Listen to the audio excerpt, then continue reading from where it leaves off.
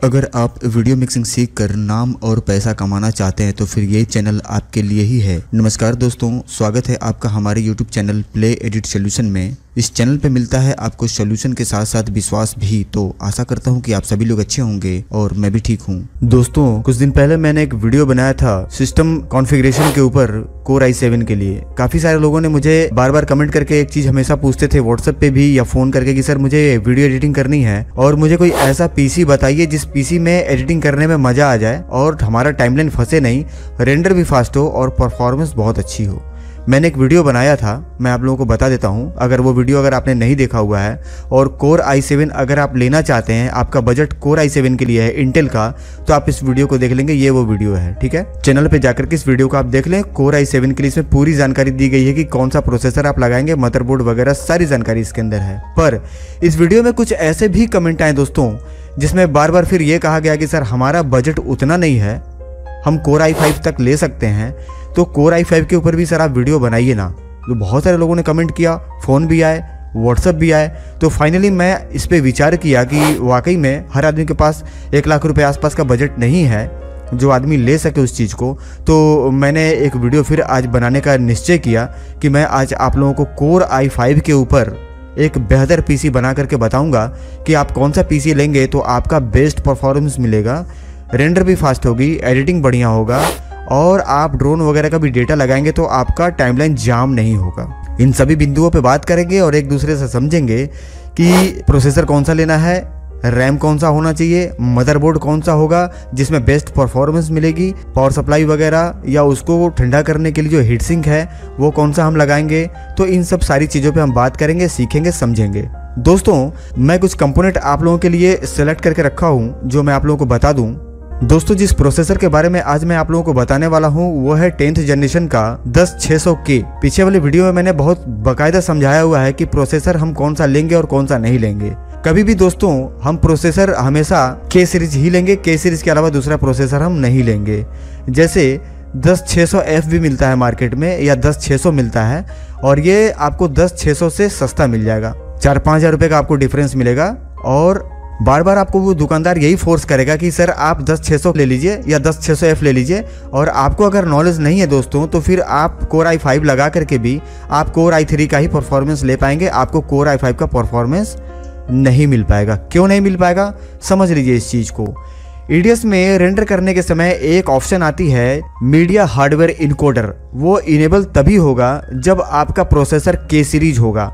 मतलब ये K series का मतलब मैं आप लोगों को समझा दूं दोस्तों कि K सीरीज प्रोसेसर के अंदर उसका खुद का जो इंटेल का अपना ग्राफिक है वो इनबिल्ड होता है और F सीरीज में इंटेल कंपनी उस प्रोसेसर के अंदर ग्राफिक नहीं देती है। यानी कि वो प्रोसेसर काम तो करेगा, चलेगा, पर एक अलग से आपको ग्राफिक कार्ड की मदद लेनी पड़ेगी, अकेले वो काम नहीं कर सकता। इसको दूसरे तरीके से समझ लेते हैं कि अगर आप डायरेक्ट VGA केबल या अपने मॉनिटर का HDMI केबल अगर आप चाहते हैं कि आप अपने CPU में लगा करके यानी कि मदरबोर्ड में और आप चाहें कि डिस्प्ले ले लें तो नहीं आएगा। बगैर ग्राफिक कार्ड के आप कुछ भी नहीं देख सकते। अगर आप F सीरीज का प्रोसेसर ले लेते हैं दोस्तों तो रेंडर करने के समय में आपका टाइम बहुत ज़्यादा लगेगा और मीडिया हार्डवेयर इनकोडर जो फास्ट रेंडरिंग का ऑप्शन है, इसके ऊपर मैंने एक पूरा कंप्लीट वीडियो बनाया हुआ है, आप देख लीजिएगा जा करके। तो वो इनेबल नहीं होगा तो जो 1 घंटे का रेंडर है वो 1 घंटा या 1 घंटा से ऊपर लग सकता है, तो टाइम बहुत ज़्यादा लगता है। और जो मीडिया हार्डवेयर इनकोडर अगर इनेबल है आपका, जैसे K सीरीज प्रोसेसर में ये इनेबल रहता है, वो ऑप्शन आ जाती है, तो 1 घंटे का रेंडर महज आपका 28 से 30 मिनट के अंदर निकल जाएगा वीडियो, ठीक है। ग्राफिक कार्ड लगा हो या ना लगा हो फर्क नहीं पड़ता दोस्तों। इस बात को फिर मैं रिपीट कर देता हूँ कि रेंडर में ग्राफिक कार्ड लगा हो या ना लगा हो, रेंडर में 1 पैसे का फर्क नहीं पड़ता है, 1 मिनट का डिफरेंस नहीं आएगा। ये मेरा खुद का किया हुआ एक्सपीरियंस है। चलिए ठीक है, आगे बढ़ते हैं, सीखते हैं। F सीरीज का प्रोसेसर हमें नहीं लेना है, जब भी लेना है तो हमें K ही लेना है, जैसे कि 10600K या अगर आप इसके अलावा और भी कोई नंबर लेते हैं या इससे ऊपर या नीचे 10th जनरेशन में, तो उसके लास्ट में K लगा होना चाहिए। F नहीं लेना है चाहे वो कितना भी फोर्स करे, ठीक है। ये प्रोसेसर 12M कैच पावर इसका प्रोसेसर का जो पावर है वो है और ये 4.8 गीगाहर्ट्ज इसका क्लॉक स्पीड है जो कि बहुत अच्छी परफॉर्मेंस देती है। 125 वाट ये पावर लेगा आपका ये जो प्रोसेसर है और जो इसका सॉकेट नंबर है ये 1200 है। 1200 नंबर सॉकेट हो गया है। जैसे कि अब काफ़ी लोग जान गए हैं इस चीज़ को कि जब से 10th जनरेशन आया है तब से सॉकेट नंबर चेंज हो गया है इनका, इंटेल का परफॉर्मेंस बेस्ट हो गया है इनका, पहले से और फास्ट हो गया है। पहले से फास्ट क्या हो गया है इसको समझ लेते हैं। पहले क्या था, पहले जो i5 था वो हमारा i5 अब आज के तारीख का i3 i5 के बराबर आ गया है जो पहले का i5 था, और आज के तारीख का i5 पहले के i7 के बराबर आ गया है। और अब जो i7 आ रहा है दोस्तों वो कोर i9 के टक्कर में काम कर रहा है। मैं आपको बता देता हूँ जैसे क्या था, मैंने जो पीछे वीडियो बनाया हुआ था और आप लोगों को बताया हुआ था कि जैसे कोर i7 का मैंने जो वीडियो बनाया हुआ है मैं उसमें समझा देता हूँ आपको संक्षिप्त में कि उसमें 8 कोर और 16 थ्रेड दिए हुए हैं उस प्रोसेसर के अंदर। अब 8 कोर और 16 थ्रेड पाने के लिए पहले हम कोर i9 9900K वगैरह में जाते थे जब 9th जनरेशन थी, पर बढ़ते हुए कंपटीशन को देखते हुए इंटेल कंपनी ने 8 कोर और 16 थ्रेड हमारे i7 में ही उन्होंने दे दिया है। इसमें भी इनका कोर और थ्रेड बढ़ गया है और ये भी बहुत बढ़िया परफॉर्मेंस देता है। मैंने बहुत सारे लोगों को असेंबल करके दिया हुआ है। दूसरी बात दोस्तों कि ये जो प्रोसेसर है ये हमारा अनलॉकेड है, मतलब इसमें कोई भी कोर लॉक नहीं है। पहले क्या था, आज से 2 या 3 साल पहले, जो लोग नहीं जानते हैं मैं उनको बता रहा हूँ, जो जानते हैं मैं उनकी बात नहीं कर रहा। पहले दे तो देती थी कंपनी 4 कोर, लेकिन काम सिर्फ 2 ही कोर करते थे। 2 कोर उनके लॉक्ड रहते थे, या जैसे 8 कोर के अगर प्रोसेसर है तो 6 ही कोर काम करते थे, 2 कोर लॉक रहते थे जिसको कि अनलॉक करवाना पड़ता था। ये बहुत कम लोग जानते हैं दोस्तों, मैं आप लोगों को बता रहा हूँ। आप गूगल पे सर्च कर लीजिएगा, आपको इसकी जानकारी मिल जाएगी। 3 से 4 साल पीछे की बात है। तो 2 कोर जो उनके लॉक आते थे वो उसको अनलॉक करवाना पड़ता था, तब जाकर के वो 8 कोर का परफॉर्मेंस ले पाते थे। पर अब 8 कोर अगर कंपनी दे रही है तो 8 के 8 कोर पहले से ही अनलॉक्ड आ रहा है, इसलिए अब पैकेट पे पहले से ही अनलॉकेड लिखा होता है। ठीक है, इस चीज को समझ लीजिएगा आप लोग। आगे बढ़ते हैं दोस्तों। दूसरी बात दोस्तों, प्रोसेसर की परफॉर्मेंस है वो टर्बो टेक्नोलॉजी पे बनी हुई है। मतलब ये कि अगर आपके सिस्टम पे लोड नहीं है, बिल्कुल ऐसे ही सिस्टम आपने चालू करके रखा हुआ है, तो बस सिर्फ इसके कुछ ही कोर काम करेंगे, बाकी कोर डिसेबल रहेंगे, यानी कि पावर कंज्यूम बिल्कुल ना के बराबर होगा। पर जब आप कोई बाहरी काम देते हैं इसे, जैसे लोड वाला कोई काम, जैसे कोई बहुत बड़ी फाइल आपने कंप्रेस में लगा दिया या रेंडर में लगा दिया या कॉपी में लगा दी या कुछ कन्वर्ट कर रहे हैं, तो अपने लोड को देखते हुए 2 कोर इसके ऑटोमेटिक और इनेबल हो जाएंगे और काम करने लगेंगे, यानी कि टोटल 4 कोर काम करने लगेंगे। फिर आपने और लोड दे दिया और थोड़ा सा और इसके ऊपर जब लोड बढ़ेगा तो 2 कोर और अपने आप एक्टिव हो जाते हैं और टोटल 6 कोर काम करने लगेंगे। 2 कोर अभी भी बंद रहेंगे।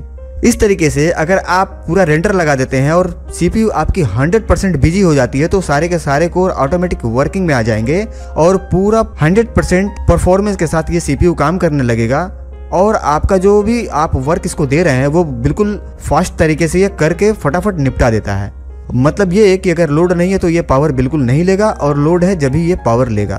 तो ये सारी सुविधाएं इस प्रोसेसर में इनबिल्ड है, उपलब्ध है। दोस्तों ये तो बात हो गई प्रोसेसर के ऊपर। अब आगे बढ़ते हैं और हम देखते हैं कि हमें मदरबोर्ड कौन सा लगाना है। तो दोस्तों ये वो मदरबोर्ड है जो मैं आप लोगों को बताने वाला हूँ, गीगाबाइट का B460M D3H। ये मदरबोर्ड उस प्रोसेसर के लिए बिल्कुल परफेक्ट है। प्राइस कुछ बहुत ज़्यादा नहीं है।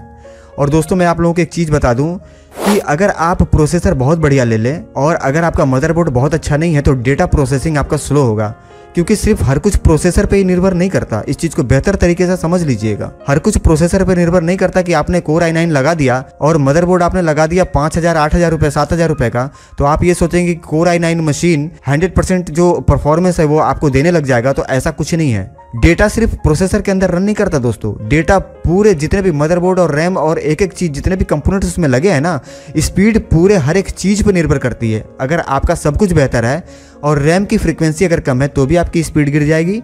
आपका प्रोसेसर अगर लो है, मदरबोर्ड बहुत अच्छा लगाया तो भी आपको परफॉर्मेंस नहीं मिलेगा। बोर्ड और प्रोसेसर आपका दोनों बहुत बढ़िया है, पर आपकी रैम की जो फ्रीक्वेंसी है वो कम है तो भी आपकी जाकर के वहाँ पे परफॉर्मेंस गिरेगी। और मदरबोर्ड भी अगर आपका हल्का है तो भी परफॉर्मेंस गिरेगा। कहने का मतलब यह है कि सारा कुछ एक दूसरे को ध्यान में रख करके ही सेलेक्ट किया जाता है। मेरे हिसाब से यह मदरबोर्ड बहुत बेहतर है, जिसपे आपको 10th जनरेशन प्रोसेसर का बिल्कुल पूरा का पूरा परफॉर्मेंस ये निकाल करके आपको देगा। प्रोसेसिंग इसकी बहुत अच्छी है। दोस्तों मैं आप लोगों को बता दूं कि इसका VRM बहुत तगड़ा है। VRM तगड़ा हमें क्यों चाहिए? क्योंकि जब हम रेंडर लगाते हैं तो जितना लोड CPU पे जाता है और जितना गर्म होता है वो पूरा का पूरा लोड जाकर के उसके पावर सप्लाई सेक्शन पे आता है। ये जो जगह आप देख रहे हैं अभी जो मैं हाईलाइट कर रहा हूँ, तो ये पूरा जगह जो इसका पावर सप्लाई सेक्शन है, VRM सेक्शन, ये हैवी होना चाहिए, नहीं तो फिर आपके मदरबोर्ड हीट होंगे और जब हीट होंगे तो वो अपने परफॉर्मेंस को कम कर लेगा। जब कम कर लेगा, कम इसलिए कर लेगा क्योंकि जो ओवर हीट होगा तो वो फिर अपने आप को ठंडा करेगा, और ठंडा क्यों करेगा, क्योंकि ऑटोमेटिक टेक्नोलॉजी है तो वो परफॉर्मेंस को कम कर देगा, ताकि वो जब फिर ठंडा हो जाएगा और जब वो नॉर्मल कंडीशन में आ जाएगी तो फिर उसके परफॉर्मेंस बढ़ेंगे, फिर गर्म होगा, फिर नॉर्मल होगा। तो इसलिए हमेशा जब भी मदरबोर्ड का सिलेक्शन करें मिक्सिंग के लिए या एडिटिंग के लिए, तो जो उसका VRM है उसको हमेशा ध्यान में रख करके लें। दूसरी बात दोस्तों कि जो इसका रैम का स्लॉट है ये ड्यूअल चैनल है। ड्यूअल चैनल रैम की जरूरत हमें क्यों पड़ती है इसके बारे में मैंने पीछे वाले वीडियो में भी बताया था, इसमें भी बता देता हूँ। रैम जब भी हम लगाएंगे दोस्तों, अगर हम 16 GB लगाते हैं तो 8-8 GB के हम 2 स्टिक लगाएंगे, 16 GB का कभी भी सिंगल स्टिक मत लगाइएगा। रैम हमेशा दोस्तों साइकिलिंग में काम करती है, मतलब एक ऑन होता है, एक ऑफ होता है, दूसरा ऑन होता है, फिर पहला ऑफ होता है। मतलब ये क्रिया इतनी तेज रहती है कि इसको समझ पाना बहुत मुश्किल है, ठीक है। और जो लोग जानते हैं, जिन्होंने इलेक्ट्रॉनिक चिप लेवल वगैरह को पढ़ा हुआ है या जिनको मदरबोर्ड वगैरह की टेक्नोलॉजी के बारे में पता है, जो पुराने खिलाड़ी हैं इलेक्ट्रॉनिक के, वो मेरी बात को बहुत बेहतर तरीके से समझ रहे होंगे। रैम हमेशा साइकिलिंग में काम करता है। साइकिलिंग में हर वो चीज़ काम करता है जो एक साथ पैरेलल में लगा करके काम को किया जा रहा हो या लिया जा रहा हो। जैसे एक जगह पे अगर आपने 4 रैम लगा दिया तो 2 को एक साइकिलिंग पे और 2 एक साइकिलिंग पे काम करेगा, यानी कि एक समय पे एक ऑन होगा और एक समय पे एक ऑन होगा, ठीक है। तो रैम कभी भी लगाएं तो हमेशा 2 की संख्या में लगाएं या 4 की संख्या में लगाएं, कभी भी अकेला सिंगल रैम मत लगाइएगा, परफॉर्मेंस बेहतर नहीं मिलेगा आपको। दूसरी बात दोस्तों कि इस मदरबोर्ड के अंदर 2 PCI स्लॉट हैं। अगर आप 2 ग्राफिक कार्ड भी आने वाले समय में लगाते हैं तो आप इसको क्रॉस फायर में चला करके और बेस्ट परफॉर्मेंस ले सकते हैं। सिंगल ग्राफिक कार्ड तो आप लोगों ने बहुत ज़्यादा देखा हुआ चलते हुए, और डबल ग्राफिक कार्ड में पैसे ज़्यादा लगते हैं। ज़्यादातर लोग नहीं लगवाते हैं डबल ग्राफिक कार्ड, लेकिन अभी भी बहुत ऐसे लोग हैं जो डबल ग्राफिक कार्ड लगाते हैं। मैंने तो ऐसे ऐसे लोगों को देखे हैं सर जी, जो 4-4 ग्राफिक कार्ड एक साथ लगा करके क्रॉस फायर में चलाते हैं, यानी कि 3-3 लाख रुपए का तो उन्होंने सिर्फ ग्राफिक कार्ड लगा रखा है सिस्टम के अंदर। अब ये सब बातें बजट के ऊपर निर्भर करती है दोस्तों, ठीक है, इस पर बहुत ज़्यादा बात करना उचित नहीं है। बस हमें सुविधा देखने की क्या क्या है इस मदरबोर्ड में। डबल ग्राफिक कार्ड लगा करके आप आने वाले समय में क्रॉस फायर में चला सकते हैं और बहुत बेहतर परफॉर्मेंस मिलती है उसके अंदर। 6 SATA पोर्ट इन्होंने अपना दे रखा हुआ है दोस्तों। आप आने वाले समय में इसमें 4 से 6 हार्ड ड्राइव लगा सकते हैं। M.2 का स्लॉट भी है NVMe, और आप 2 NVMe इसमें M.2 स्लॉट लगा सकते हैं SSD के। मिक्सिंग वाले कंप्यूटर के अंदर SSD लगाना क्यों जरूरी है इस विषय में हम आगे बात करेंगे, अभी बारीकी से समझेंगे उस विषय में। बाद बाकी दोस्तों इस मदरबोर्ड के अंदर बहुत सारी खूबियां और बहुत सारी सुविधाएं हैं, जिसके विषय में अगर मैं बताने लग जाऊं तो अकेला एक वीडियो मदरबोर्ड के ही ऊपर मुझे बनाना पड़ जाएगा, ठीक है। तो आगे बढ़ते हैं। अब बात आती है दोस्तों उस प्रोसेसर की कूलिंग की। तो मैं आप लोगों को बता दूं कि कूलिंग के ऊपर विशेष ध्यान हमारा होना चाहिए, क्योंकि K सीरीज का प्रोसेसर है और जब वो परफॉर्मेंस अपना बहुत ज्यादा देता है तो फिर वो हीट भी करता है, ठीक है। और यही वजह है कि इंटेल कंपनी उसके साथ हीट सिंक नहीं भेजती है, यानी कि आपको अलग से ही हीट सिंक लगाना है उसके ऊपर। लिक्विड कूलिंग भी आप लगा सकते हैं और फैन कूलिंग भी आप लगा सकते हैं। लिक्विड कूलिंग के लिए मैं आपको कभी नहीं बोलूँगा कि आप लगाइए, और लिक्विड कूलिंग हमें क्यों नहीं लगाना चाहिए इसके विषय में मैं अकेले एक वीडियो बना दूंगा कि उसके क्या नुकसान हैं। बाद बाकी हम फ़ैन के लिए ही बोलेंगे आपको, और फ़ैन ही मैं सबको लगवाता हूँ। मेरे हिसाब से बहुत बढ़िया एक ऑप्शन है आपके लिए कूलर मास्टर का MA621P। ये 4000 रुपये के आसपास का है। ये आपको ऑफलाइन थोड़ा सा ऊपर नीचे मिल सकता है। मैं यहाँ पे रेट की बात नहीं करूँगा, हम यहाँ पे क्वालिटी की बात करेंगे, ठीक है।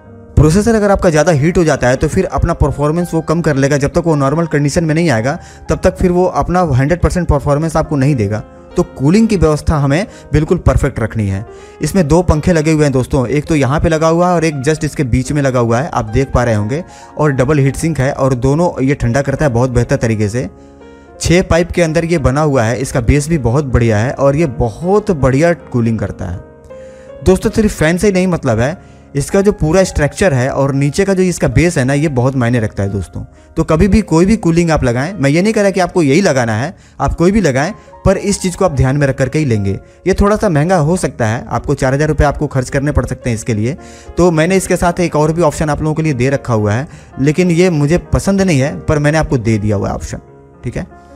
ये आएगा तकरीबन आपका 1600-1700 रुपये के आसपास। कोई 1800 में बेचते हैं, कोई 1600 रुपये में भी। और ये ऑफलाइन ऑनलाइन जैसे आपकी मर्जी हो आप लें, उससे कोई हम उस विषय में बात नहीं करेंगे। ये टोटल 4 पाइप में है और सिंगल फैन लगा हुआ है। इसकी फ़ैन की RPM बहुत अच्छी नहीं है, मैंने बहुत सारे लोगों को लगाया हुआ है और मुझे ये पसंद नहीं है कि बहुत बढ़िया इसका परफॉर्मेंस है। लेकिन इससे सस्ता दूसरा मार्केट में दोस्तों आपको है भी नहीं कि आप दूसरा कोई ऑप्शन आप ले सकते हैं, ठीक है। तो जो पहले वाला मैंने लगाया था उसकी RPM भी बहुत अच्छी है, डबल फैन है, बेस भी बहुत तगड़ा है उसका और वो बहुत बेस्ट है। दोस्तों आगे बढ़ते हैं। रैम में दोस्तों आपको जो रैम लगाना है 3200 मेगाहर्ट्ज का, ऑफलाइन प्राइस तकरीबन 32 से 3400 रुपए इसके मिलते हैं मार्केट में। ये रैम बहुत बढ़िया है, इसकी परफॉर्मेंस बहुत अच्छी है। और अगर आपका बजट हो तो आप 3600 मेगाहर्ट्ज ले सकते हैं, लेकिन 3600 मेगाहर्ट्ज थोड़ा सा ज़्यादा महंगा हो जाएगा, तो इसलिए मैंने आप लोगों को 3200 मेगाहर्ट्ज बताना उचित समझा है। 3200 मेगाहर्ट्ज भी बहुत बढ़िया परफॉर्मेंस देता है। अभी तो लोग 1600 मेगाहर्ट्ज पे चला करके काम कर रहे हैं और इसकी भी परफॉर्मेंस बहुत बेस्ट है। जिन्होंने 2400 मेगाहर्ट्ज लगाया हुआ है वो भी मेरी इस वीडियो को देख रहे होंगे, परफॉर्मेंस उसमें भी बहुत अच्छी है। ये तो फिर भी 3200 मेगाहर्ट्ज, इसकी तो बात ही अलग है, पूछना ही नहीं है इसमें। तो आप ये रैम लगा सकते हैं, कोई दिक्कत नहीं, ये बहुत बढ़िया है।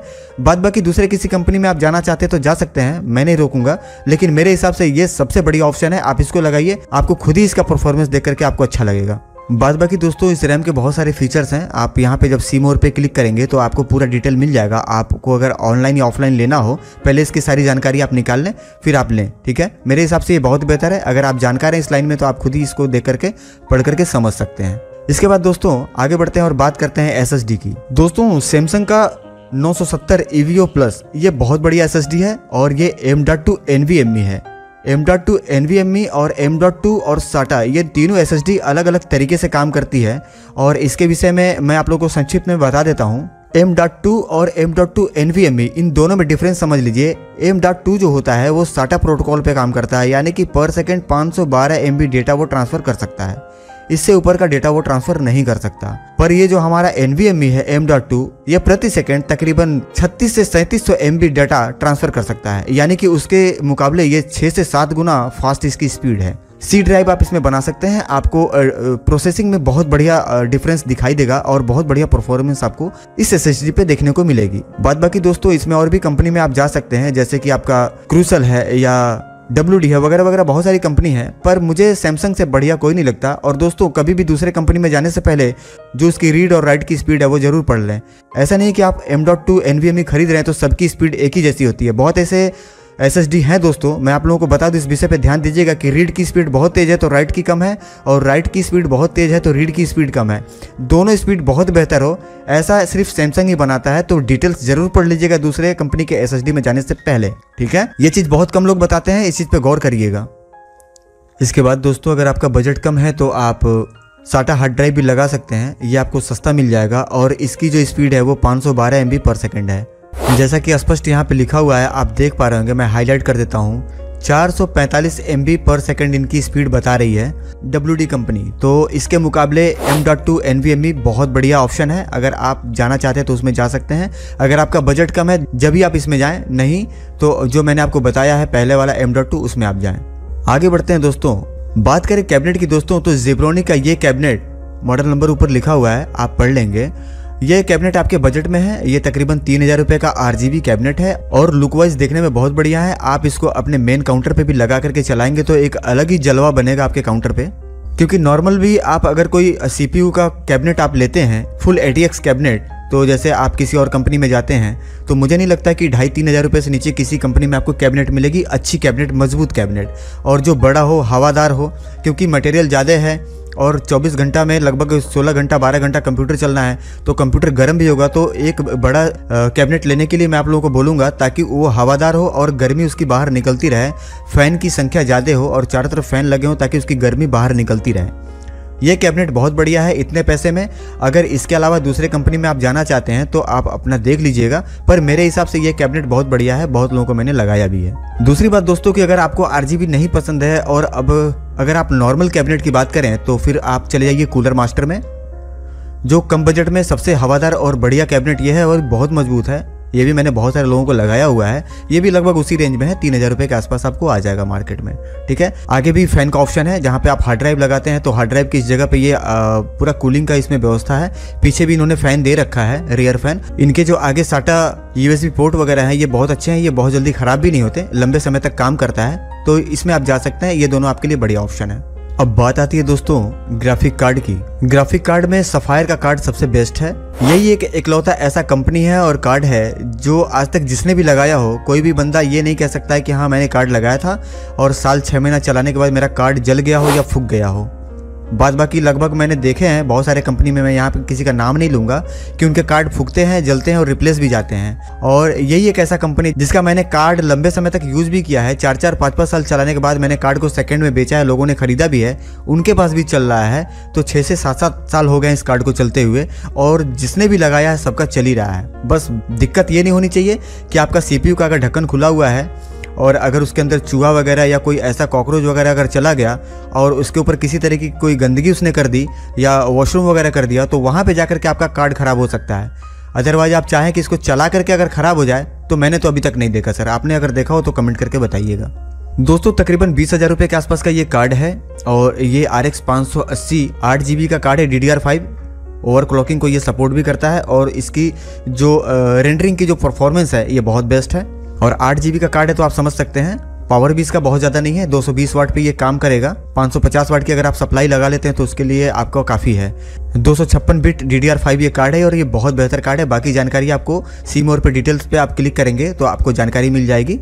बाद बाकी अगर दोस्तों आपके पास बजट है तो इसका एक और सीरीज आता है RX 590, आप उसमें भी जा सकते हैं, वो भी 8 GB में आपको मिल जाएगा वहाँ पे, लेकिन वो आएगा लगभग 27 से 28 हज़ार रुपये का। पिछली वीडियो में मैंने वो बताया हुआ है, अगर आप देखना चाहते तो उस वीडियो को देख लें, दोनों वीडियो मिला करके आपको काफ़ी सारे नॉलेज हो जाएंगे।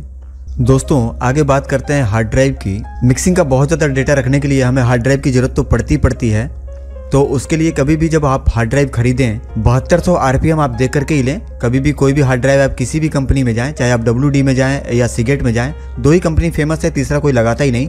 तो कभी भी आप जब भी लें तो ये 7200 RPM आप देख करके लें, किसी भी कंपनी में जाएं, ठीक है। दोनों कंपनी बहुत बेस्ट है, तो इस बात का आप ध्यान रखेंगे। इसमें बहुत सारे इनके सीरीज आते हैं, इनका ब्राकुडा आता है वगैरह वगैरह, इनके बहुत सारे सीरीज हैं, तो वो मैं बताने लग जाऊंगा तो बहुत लंबा ये वीडियो हो जाएगा। तो आप लेने से पहले कोई भी कंपनी लें, वो आपके बजट के ऊपर निर्भर करता है कि आपको किस में जाना है, पर ये 7200 RPM आप ध्यान में रख करके लेंगे। आगे बढ़ते हैं दोस्तों, बात करते हैं पावर सप्लाई की। आप एनटेक 450 वाट डाल सकते हैं। इस कंपनी की पावर सप्लाई बहुत अच्छी है, पर बहुत कम लोग लगवाते हैं इसको। ज़्यादातर लोग कूलर मास्टर या कॉर्सेर में जाना पसंद करते हैं। अगर आप कॉर्सेर में जाते हैं तो भी अच्छी बात है, कॉर्सेर भी बहुत बढ़िया है, कोई दिक्कत नहीं है, आप उसको भी लगवा सकते हैं, बहुत बढ़िया परफॉर्मेंस है उनका। अगर आपका बजट है तो आप 550 वाट डाल लें, अगर आपका बजट नहीं है तो 450 से आप नीचे अगर जाएंगे तो फिर मुझे नहीं लगता है कि आपका काम हो पाएगा। पावर सप्लाई कभी भी ले दोस्तों तो इस बात का ध्यान रखें कि वो 80+ ब्रॉन्ज होना चाहिए। अगर ये नहीं है तो पावर सप्लाई आप ना लें, ठीक है, जिसमें हो वही लें। बाकी दोस्तों एक पावर सप्लाई और आती है गीगाबाइट की, इनका 550 वाट, क्योंकि गीगाबाइट के बारे में हमें बताना नहीं है, बहुत सारे लोग जानते हैं कि हाँ ये कंपनी क्या है और इनका प्रोडक्ट कैसा है, तो इस विषय में हम नहीं बात करेंगे, हम डायरेक्ट मुद्दे पे आते हैं। इनका भी पावर सप्लाई आने लग गया है मार्केट में और इनका 550 वाट इनका बहुत सस्ता है। आप देखिए तकरीबन मेरे ख्याल से 3500 रुपये के आसपास इनका आ जाएगा, 100-200 रुपये आगे या पीछे, तो ये भी एक बहुत बढ़िया ऑप्शन है, आप इसमें भी जा सकते हैं। इनका भी पावर सप्लाई बहुत बढ़िया है। यहाँ पे इनका भी देखिए, आप यहाँ पे लिखा हुआ है 80+ ब्रॉन्ज, तो ये बहुत बढ़िया पावर सप्लाई है, आप इसमें भी जा सकते हैं। बाद बाकी दोस्तों कोई ऐसी जानकारी जो मैं इस वीडियो में ना दे पाया हूँ और आपको वो जानकारी चाहिए हो तो आप मुझे इस वीडियो के नीचे कमेंट करके पूछ सकते हैं या मेरे व्हाट्सअप नंबर पे मुझसे आप सवाल कर सकते हैं, मैं उसका जवाब दूंगा। और अगर आपको बहुत इमरजेंसी हो तो आप मुझे कॉल भी कर सकते हैं। दोस्तों ये वीडियो और ये जानकारी आपको कैसी लगी ये कमेंट करके जरूर बताइएगा। अगर वीडियो पसंद आता है और जानकारी अच्छी लगी तो एक वीडियो को लाइक करके और अपने व्हाट्सएप ग्रुप में इस वीडियो को जरूर डालिएगा। मिलते हैं दोस्तों अगले वीडियो में किसी नई जानकारी के साथ, तब तक के लिए आप सभी लोगों को मेरा प्यार भरा नमस्कार। जय हिंद दोस्तों।